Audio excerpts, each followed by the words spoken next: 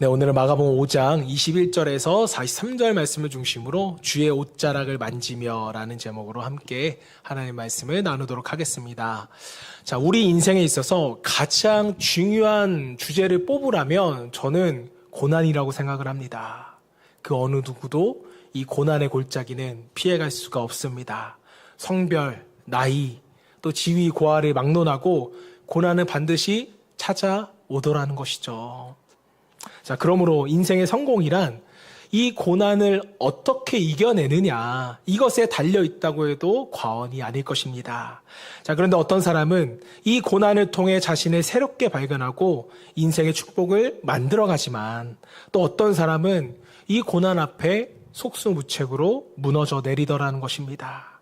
자, 그래서 수많은 철학자들이 인생을 정의할 때 고난을 빼놓지 않습니다. 자, 예를 들어 마르쿠스 아우렐리우스라는 황제는요, 이렇게 말했습니다. 인생은 춤보다는 씨름에 더 가깝다, 이렇게 말했고요. 또 성 베르나르라는 수도사는요, 아주 비관적으로 말했습니다. 태어나는 것은 불행이고 사는 것은 고통이며 죽는 것은 슬픔이다, 이렇게 표현을 합니다. 자, 그리고 마지막으로 좀 우리의 삶을 특별하게 보는 시인이었던 사람은요, 이런 말을 했습니다. 희노애락이 오고 가고 뒤얽혀서 인생의 교향곡이 연주되는 것이다. 롱펠로우라는 시인이 말했던 구절인데요. 고통 때문에 결과적으로 인생이 멋질 수 있다라고 그는 표현을 한 것 같습니다. 자, 그렇습니다. 모든 권력을 가졌던 황제도, 신앙의 길만을 추구했던 수도사도, 세상을 바라보는 눈이 특별했던 시인도 그 어느 누구도 고난은 피해갈 수 없었다는 것입니다. 자, 고난과 기쁨이 서로 얽히고 설켜서 우리의 인생이라는 아름다운 교향곡이 만들어지고 연주되어질 수 있다는 겁니다. 자, 그렇다면 여러분들은 인생을 어떻게 정의하고 싶으세요? 또 반드시 찾아오는 고통을 어떻게 이겨내실 겁니까? 자, 오늘 본문에는 극심한 고통을 겪고 있는 두 사람이 등장하는 것을 우리가 볼 수 있습니다. 자, 그런데요, 이 두 사람의 신분은 완전히 달랐다는 거예요. 한 사람은 당시의 권력층, 존경을 받았던 회당장 야이로였고, 다른 한 사람은 이름조차 기록되지 않은 무명의 또 가난한 여인이었습니다. 자, 그러나 신분은 달랐어도 두 사람 가운데, 인생 가운데는 똑같이 뭐가 있었어요? 고통과 고난이 있었다는 것이죠. 자, 여러분, 저는 이것이 고난의 특징이라고 생각을 합니다. 고난은 가난하고 힘없는 자에게만 오는 것이 아니었어요. 권력자에게도 찾아오고요. 믿음이 좋은 사람에게도 찾아오고 부자에게도 찾아옵니다. 다시 말하면 고난은 우리 모두에게 찾아오더라는 거죠. 자, 본문에 나오는 회당장에게는 12살 먹은 사랑하는 딸이 있었습니다. 자, 그런데 그 딸이 갑자기 아프기 시작한 거예요. 돈도 있고 지위도 있었기 때문에 당시에 사용할 수 있는 모든 방법을 그는 다 사용했습니다. 자, 그러나 의사들은 아무도 그 원인을 밝혀내지 못했고 결국 그 딸은 죽음 가운데로 가까이 가게 되었습니다. 자, 이제는 하룻밤을 넘기기조차 힘들어 보이는 그 급박한 상황에서 회당장은 누굴 찾아가는 거예요? 예수님을 찾아가는 것입니다. 예수님께 달려가 무릎을 꿇고 예수님께 간청하는 거예요. 엎드린 것이었습니다. 자, 그리고 본문에 소개되는 또 다른 한 사람은 혈루증을 앓는 여인이었습니다. 자, 혈루증은요, 피가 멈추지 않고 계속 흘러내리는 병이었습니다. 자, 많은 성경학자들은 이 병이 자궁출혈과 관련되어 있을 것이라고 보고 있습니다. 하루 이틀도 아니고 무려 12년 동안이나 계속 피가 흘러나왔습니다. 때문에 이 여인의 건강 상태가 얼마나 쇠약해졌을까요? 오늘날처럼 비타민이나 철분제를 먹을 수 없었습니다. 또 수혈을 받을 수 있는 그런 시대가 아니었어요. 자, 그러니까 매일 피곤하고 어지럽고 얼굴은 창백하고 매일 말라 있었겠죠. 여러분, 매일 말라 보셨어요? 저는 한 번도 그런 적이 없어서 매일 말라 있다는 게 어떤 건지 잘 모르지만 개연지 선생님 지금 살짝 웃으셨어요. 근데 말라 있다는 게 굉장히 힘든 거더라고요. 그런 늘 지친 모습으로 하루하루를 살아갔을 것입니다. 자, 본문에 보면 이 여인 역시 병을 고치려고 많은 의원들을 찾아다녔지만 돈만 쓰고 병을 고치지는 못했다는 거예요. 그런데 더 큰 문제는 육체적인 질병보다 정신적인 고통이었어요. 왜 그랬을까요? 당시의 혈루병은요, 부정한 것으로 여겨졌기 때문입니다.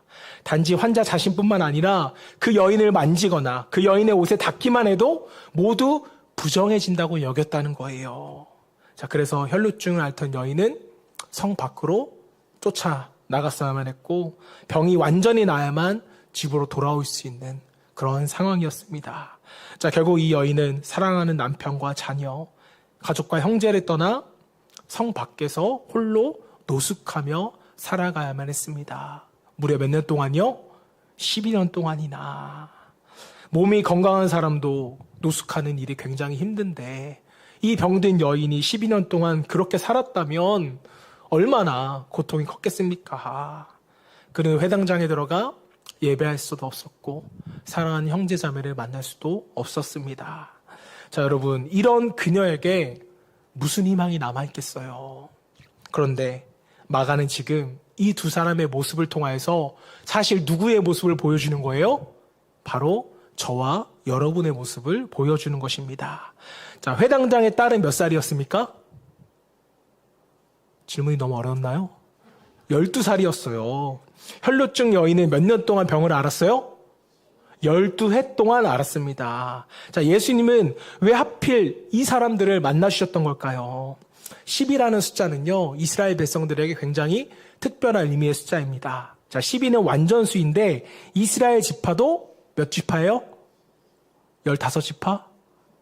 12지파잖아요. 즉 12는요 이스라엘을 의미합니다. 이것은 단순히 두 사람의 이야기가 아니라 하나님 백성 전체의 형편을 우리에게 보여주더라는 거예요. 다시 말해 오늘 우리의 인생을 우리에게 말씀해 주더라는 것입니다. 자, 본문은요 인생의 고난을 우리에게 다루고 있습니다. 우리 가운데 고난을 안 당해본 사람이 있을까요? 아니, 고난 안 당해본 분 없을 거예요. 저는 진년 지사님이 당했던 고난을 하나하나씩 들을 때마다 굉장히 놀랍니다. 아, 사람이 저렇게 고생도 할 수 있는구나. 여기 계신 분들 크고 작지만 다 고난을 당해보셨을 거예요. 건강의 문제, 경제적인 문제, 자녀의 문제, 관계의 문제, 심지어 무슨 문제요? 영혼의 문제까지도. 우리는 누구나 이 땅을 살면서 크고 작은 고난을 겪습니다. 이것이 바로 부정할 수 없는 우리의 인생이더라는 거죠. 자, 그렇다면 우리는 이 고난을 어떻게 이겨낼 수 있을까요? 예수님은 오늘 본문의 두 사람을 통해서 그 해답을 우리에게 보여주는 것입니다. 오늘 저와 여러분 모두가 말씀을 나눌 때 우리 인생에 필연적으로 다가오는 이 고난의 문제에 대해서 지혜롭고 그리고 올바르게 대처할 수 있기를 먼저 주님으로 축복합니다. 자, 그렇다면 고난이 다가올 때 우리는 어떻게 해야 할까? 자, 첫 번째로요. 믿음으로 주님께 나아가야 한다고 오늘 성경은 우리에게 말씀합니다. 자, 본문에 나오는 두 사람의 인생의 극한 고난 속에서 두 사람이 동시에 취한 공통된 행동이 있습니다. 그게 무엇입니까? 바로 예수님께 나아갔다는 거예요. 자, 그런데 사실 이 두 사람 다 예수님께 나아간다는 것은 결코 쉬운 일이 아니었다는 거죠. 먼저 한번 야이로를 생각해 보세요. 야이로는요, 당시 유대교의 회당의 회당장이었습니다. 당시 유대 지도자들이 예수님을 환대했어요? 아니면 적대했어요? 적대했잖아요. 그런 분위기 속에서 회당장인 야이로가 예수님께 찾아가 무릎을 꿇고 간구한다는 것은, 또 구원을 요청한다는 것은 결코 쉬운 일이 아니었다는 것입니다. 자, 그리고 본문을 보니까 그는 예수님께 많이 간구했다고 나와요. 그런데 예수님은 바로 응답하지 않고 회당장 야이로를 모른 척 하시는 거예요. 아마 야이로는요, 무릎을 꿇고 몇 시간이고 소리 높여 예수님께 간구했을지도 모르겠습니다. 죽어가는 딸을 위해 눈물을 흘리며 간절히, 그리고 당연하게 매달렸겠죠. 체면이나 자존심은 다 내려놓고 오직 딸을 살리기 위한 그 마음 한 가지로 예수님께 간구를 했을 것입니다. 자, 혈루증을 앓던 이 여인도 마찬가지예요. 그녀는 원래 사람 많은 곳에는 절대로 나갈 수 있는 그런 처지가 아니었습니다. 자, 그런데 그 여인이 부정한 몸을 이끌고 무리를 둘러싸고 계신 예수님께 나아간 거예요. 누군가는 이렇게 말할지도 모르겠습니다. 목사님, 당연히 문제와 고난을 당하면 예수님께로 나아가야죠. 기도해야죠. 뭐가 그리 어려운 일이겠습니까? 자, 여러분, 하지만 실제로 우리가 극심한 고난과 문제에 닥쳤을 때 여러분의 모습을 한번 생각해 보세요. 머리로는 예수님께 나아가야지, 기도해야지 생각은 들지만 실제로 그게 실천으로 옮겨지던가요? 아니에요. 어렵습니다. 고난이 닥치면 우리는 먼저 어떻게 합니까? 슬퍼하고 당황하게 돼요. 그리고 그동안 감정적인 사람도 문제를 만나면 이성이 극대화됩니다. 자, 그래서 이 사람 저 사람을 찾아다니면서 현실적인 도움을 구하게 되더라는 거죠. 그래도 뜻대로 되지 않으면 결국 낙심하고 원망해요. 도와주지 않은 사람만 원망하면 되는데 누굴 원망합니까? 하나님을 원망해요. 마치 연줄이 끊어진 연처럼 힘없이 늘어진 채로 방황을 하다가 결국 추락을 하게 되는 것입니다. 자, 하지만 예수님은 이것이 믿는 사람들이 취할 태도는 아니라고 우리에게 말씀합니다. 아무리 큰 고난이 찾아와도 우리는 먼저 예수님 앞에 나아가 무릎을 꿇고 주님께 간구해야 되는 것입니다. 혈루증을 앓는 이 여인을 한번 보세요. 이제는 삶을 포기하고 싶은 마음밖에 남아있지 않던 그 여인에게 어느 날 한 가지 소식이 들려오게 되는 겁니다. 그게 뭐예요? 예수님에 관한 소식이었어요. 이 여인은 유대인이 아니라 이방 여인이었습니다. 그런데도 소문을 듣고 혹시나 하는 마음으로 예수님께 나아가는 거죠. 그녀가 들은 소식은 이렇습니다. 예수님은 문둥병자도 고치시고 귀신으로부터 사람을 자유롭게 해주신대. 어느 날 이 여인은 벳세다 들판에서 멀리서 예수님의 말씀을 듣게 됩니다. 그리고 그 순간 깨닫게 되는 거예요. 아, 저분이 말로만 듣던 메시아구나. 유대 지도자들은 다 예수님을 거절했지만 이 여인은 마치 메마른 땅이 담비를 반겨하듯이 예수님의 말씀을 그대로 받아들이는 거예요. 그리고 마음속으로 결론을 내리게 됩니다. 내 문제를 해결할 수 있는 유일한 분이 있다면 그분은 오직 예수님 뿐이시다. 그리고 결국 이 믿음을 가지고 행동으로 옮기게 되는 거예요. 하지만 회당장 야이로의 딸을 살리러 가시는 예수님 곁에는 정말 수많은 사람들이 몰려 있었습니다. 그 많은 사람들을 해치고 예수님께 나아간다는 것은 정말 어려운 일이었지만 이 여인은 용기를 내는 거예요. 믿음으로 그 일을 감당해 나가는 것입니다. 몇 시간의 몸부림 끝에 마침내 예수님 가까이에 다가온 이 여인은 정작 예수님께 나아가지 못하고 뒤에서 살짝 예수님의 옷자락을 만지는 거예요. 여러분, 이 여인의 마음이 좀 느껴지시나요? 이 간절한 마음. 헬라어 성경을 보면 옷자락 한쪽을 살짝 잡은 정도였습니다. 이렇게 움켜쥔 게 아니라 정말 몰래 가서 이렇게 옷자락이라도 한번 만져본 거예요. 여러분 한번 생각해 보십시오. 예수님께 안수라도 받았더라면, 예수님께 큰 소리로 외쳐보기라도 했다면, 혹시 몰라도 옷자락에 손을 한번 댄다고 해서 무슨 일이 일어날 수 있겠어요? 제 옷자락 한 점 만져보실래요? 만져보실래요? 무슨 일이 일어나겠습니까? 인간의 이성으로는 이해되지가 않는 행동이었어요. 하지만 이 여인은 왜 그렇게 했을까요? 본문이 그 이유를 분명하게 우리에게 말해줍니다. 우리 28절 말씀 함께 큰 소리로 읽어봅니다. 시작.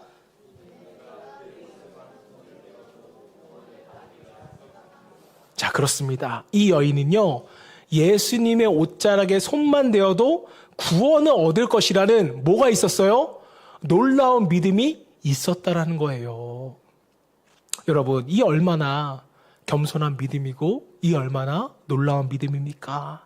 율법에 따르면 그녀가 손을 대는 순간 그 사람도 부정해진다는 사실을 이 여인은 잘 알고 있었습니다. 자, 그럼에도 불구하고 이 여인은 예수님께 손을 댄 거예요. 왜요? 믿음이 있었으니까요. 예수님은 나의 저주와 죄에서 구원하실 메시아라는 확실한 믿음이 있었기 때문에 그녀는 예수님의 옷자락에 손을 가져다 댈 수가 있었다는 것입니다.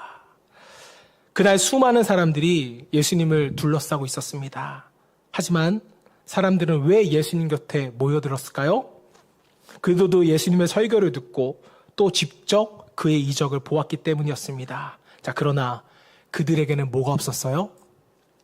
믿음이 없었다는 거예요. 단지 신기한 이적에 마음이 끌려 예수님 곁에 몰려들었을 뿐이지 그 많은 사람들 가운데 믿음을 가지고 예수님의 옷자락에 손을 댔던 사람은 이 여인 한 사람밖에 없었다는 겁니다. 자, 그리고 이 여인이 예수님의 옷자락을 만지는 순간 아주 놀라운 일이 벌어집니다. 29절 말씀 함께 읽어봅니다. 시작.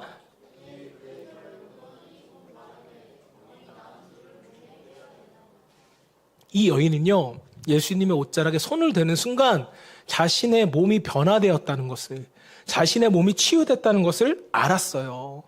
몸이 달라졌다는 신호가 느껴진 겁니다. 자, 그런데 이 사실을 안 사람은 이 여인만이 아니었다는 거예요. 예수님께서도 즉시 이것을 아셨습니다. 자, 그래서 예수님이 물으세요. 30절 말씀 시작.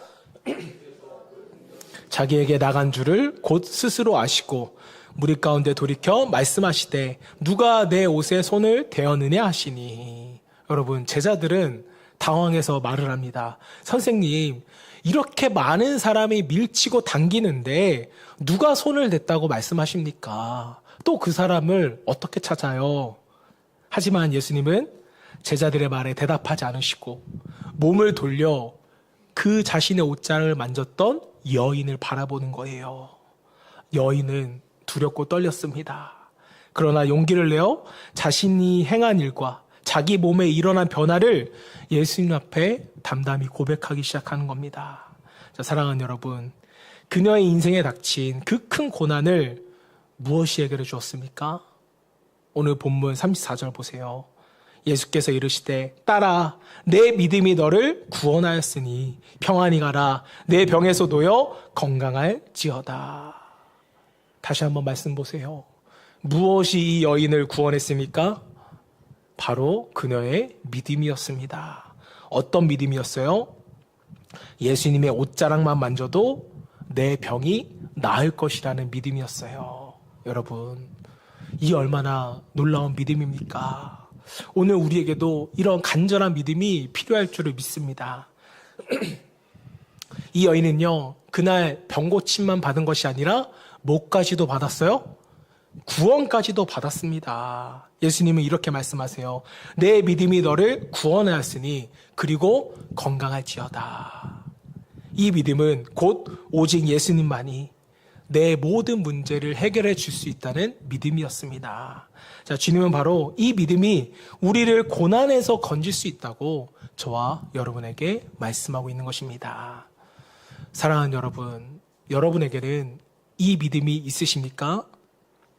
예수님께로 나아가면 내 인생의 모든 고난과 문제를 해결해 주신다는 그 믿음이 있으신가요? 하지만 여기서 우리는 조심해야 할 것이 있습니다. 바로 예수님께 나아가기만 한다면 나의 모든 문제는 해결될 거야. 이 믿음이 자칫하면 기복신앙으로 변질될 수가 있더라는 거예요. 자, 물론 예수님은 우리의 모든 문제와 질병을 해결하실 수 있는 분입니다. 자, 그러나 예수님께 나아가는 목적이 단순히 내 문제의 해결에만 있다면 이것은 안 된다는 거예요. 이럴 경우 믿음은 쉽게 기복신앙으로 변질돼 버립니다. 자, 혈루증을 앓고 있던 이 여인이 치유받음으로 우리에게 중요한 메시지는요, 바로 문제와 고난이 우리를 하나님께로 더 가까이 나아가게 한다는 거예요. 고난은 하나님을 바라보게끔 만듭니다.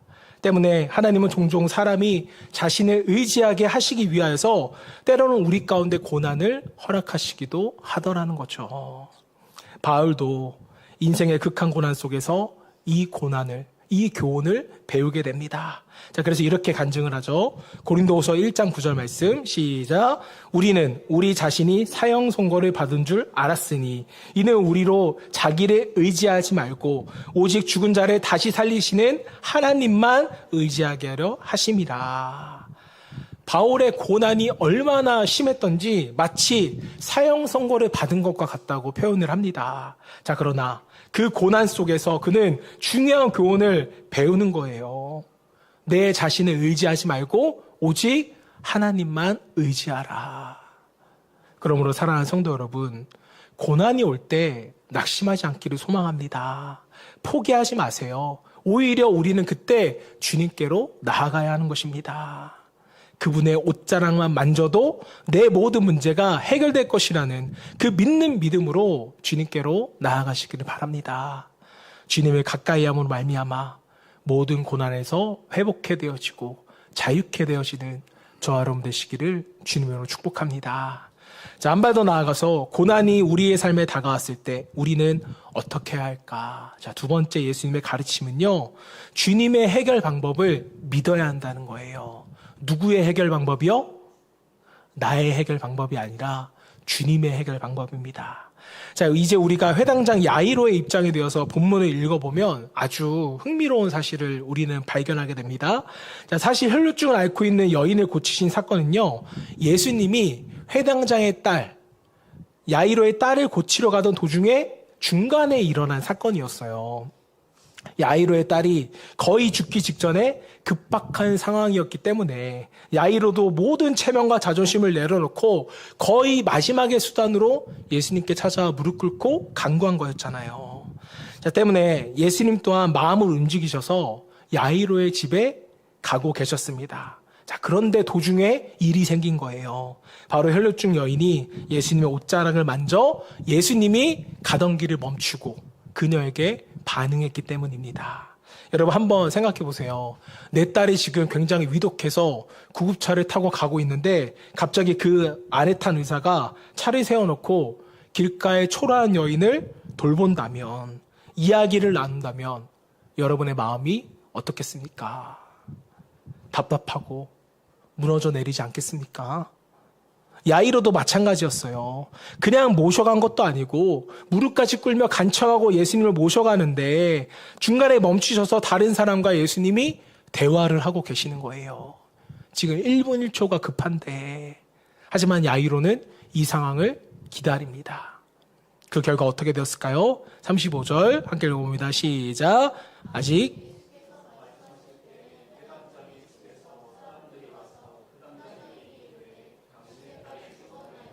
어찌하여 선생을 더 괴롭게 하나이까. 야이로가 예수님을 괴롭게 했다는 것은요, 혈루증을 고치신 예수님께 이제는 빨리 가야 한다고 재촉하고 귀찮게 한 거였어요.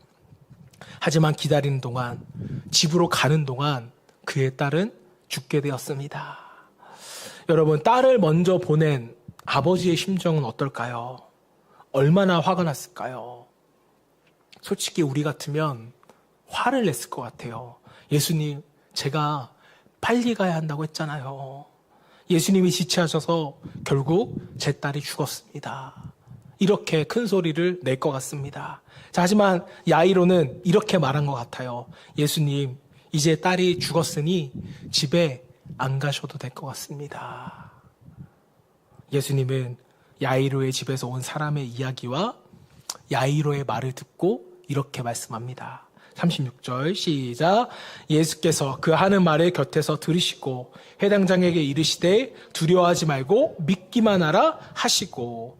지금 예수님이 야이로에게 무엇을 요구하시는 거예요? 믿음을 요구하시는 거예요. 그의 의심하는 마음에 다시 한 번 더 믿음을 요구하셨다는 겁니다. 그리고 나서는 베드로와 야고보, 요한만을 데리고 야이로를 데리고 그의 집으로 찾아갑니다. 자, 그리고 결국 회당장 야이로는 죽었던 딸을 다시 돌려받는 놀라운 은혜를 경험하게 되는 거예요. 사랑하는 여러분, 왜 우리는 고난 앞에서 쉽게 마음이 무너져 내리는 걸까요? 이유는 분명합니다. 바로 하나님의 스케줄에 하나님을 내 스케줄에 맞추려 하기 때문이에요. 하나님의 방법이 아니라 내 방법에 하나님을 맞추려고 하기 때문에 우리에게 문제가 생기고 고난이 일어나게 되는 것입니다. 여러분, 믿음은 단순한 정신통일이 아닙니다. 성경이 말하는 믿음은요, 인격적이라는 거예요. 다시 말하면 하나님을 하나님으로 인정하는 것, 이것이 믿음입니다.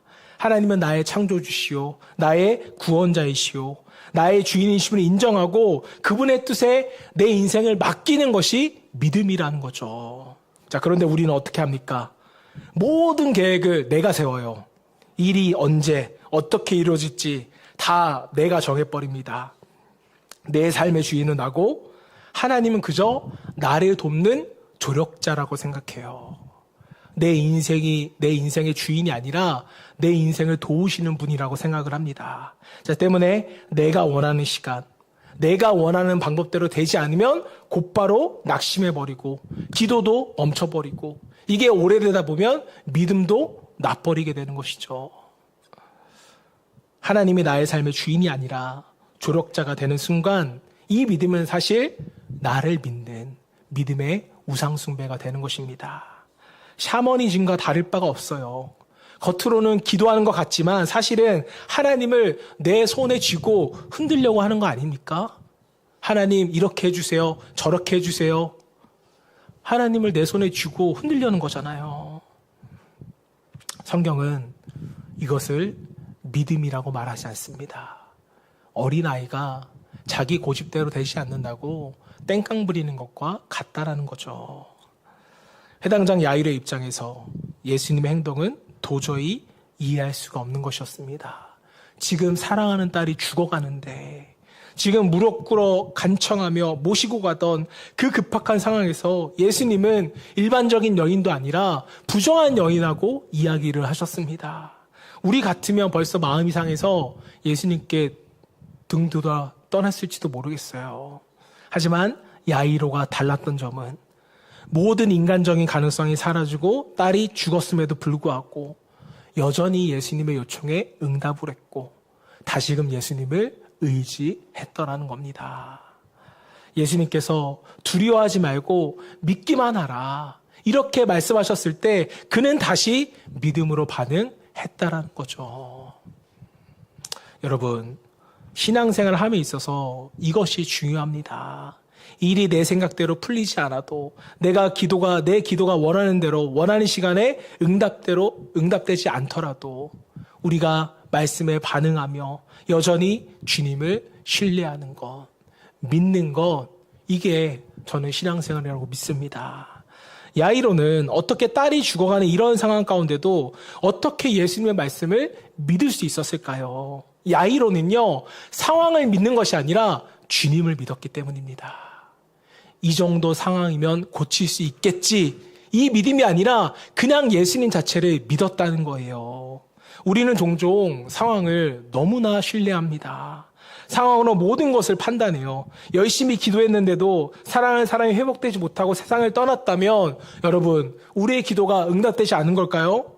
실패한 것입니까? 아니에요. 우리는요, 인생의 작은 부분만 볼 수 있어요. 우리 눈에 먼저 죽은 사람이 불행해 보일 수도 있겠죠. 자, 그러나 믿음의 눈으로 성경을 본다면 죽음은 끝이 아니잖아요. 죽음은 천국으로의 이사인 것입니다. 자, 그렇다면 누가 복된 사람입니까? 이 땅을 오래오래 살면서 고통받는 사람이에요? 아니면 고난의 땅을 일찍 떠나 천국에 먼저 간 사람이 복된 사람입니까? 이것은 우리가 주님 앞에 서봐야 알 수 있어요. 그 사람이 진짜 천국에 갔는지 못 갔는지 우리 또한 천국에 가야 알 수 있기 때문입니다. 자, 그러나 분명한 사실이 있습니다. 주님은 선하신 분이세요. 내가 기도한 대로 일이 풀리지 않아도 내 인생에 가장 좋은 것, 가장 알맞은 것을 우리에게 허락하시는 분입니다. 내가 구한 것보다 더 크고 풍성한 은혜를 베푸시는 하나님이세요. 여러분, 지금까지 많이 경험해 보셨잖아요. 하나님이 여러분이 간구하는 것보다 적게 주셨어요? 아니면 더 풍성하게 주셨어요? 더 풍성하게 주셨다고 믿으셔야 돼요. 왜요? 더 적게 주셨네. 이렇게 우리가 느끼는 거는 왜 그러냐면 하나님이 알맞게 주셨기 때문이에요. 더 많이 주셨다간 하나님 떠날까봐, 다른 사고 칠까봐 우리에게 알맞게 주셨기 때문에 그게 은혜라는 겁니다. 그리고 이것이 믿음이에요. 여러분, 이것을 믿는 믿음을 가질 수 있기를 바랍니다. 믿음을 붙들면 인생의 어떠한 고난도 우리는 이겨낼 수 있습니다. 오히려 고난 속에서 하나님을 더, 주님을 더 가까이 하게 되더라는 거죠. 주님을 만났을 때 얼굴이 밝아지고 마음이 넓어지고 이 세상뿐만 아니라 천국의 비밀을 깨닫게 되는 놀라운 축복까지도 우리는 누리게 될 줄로 믿습니다. 한 가지 이야기를 나누고 말씀을 마치겠습니다. 제가 이번 휴가 때 진주에 가서 수요예배 말씀을 전하고 왔습니다. 진주에서 목회하시는 목사님은요, 공군사관학교를 졸업하시고 사실 전투기를 몰았던 비행기 조종사셨어요. 자, 이분이 한 번은 저에게 재미난 이야기를 들려주신 적이 있는데, 전투기는 기본적으로 마하 1.0 이상으로 비행을 한다고 합니다. 연습용 비행기라 할지라도 마하 1.5의 속도로 하늘을 난대요. 자, 이게 어느 정도 속도 나면 우리가 고속도로에서 빨리 달리면은 한 120km로 달리잖아요. 마하 1.0은요, 1200km라고 합니다. 그러니까 120km 달리는 그 차보다 몇 배 빠른 거예요? 너무 어렵죠. 1200에 120이니까 너무 문제가 어려운데 10배 빠른 거잖아요. 10초면 대략 3.5km를 갈 수 있다고 합니다. 이런 엄청난 속도로 비행을 하기 때문에 가속을 할 때는요, 중력이 굉장히 심하게 느껴지고 급하강할 때는 아예 무중력 상태를 경험하게 된대요. 자, 그래서 맑은 날에는 비행을 하면 하늘이 보이고 땅이 보이는데 구름이 많이 끼거나 또 폭풍이 많이 치는 날에 비행을 하게 되면요, 전투기는 이제 빙빙 돌기도 하기 때문에 어디가 땅인지 어디가 하늘인지를 구별하기가 어렵게 된다고 합니다. 자, 그런데 이때 전투기 조종사는요, 사람의 감을 의지하는 순간 그대로 죽는 거래요.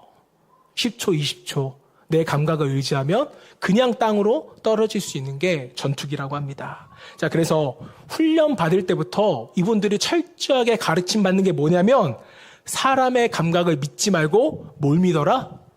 계기판을 믿어라. 이걸 철저하게 배운다고 합니다. 계기판만 보면 구름이 아무리 많이 껴 있어도 내가 땅을 향하고 있는지 하늘을 향하고 있는지 이걸 다 알더라는 거죠.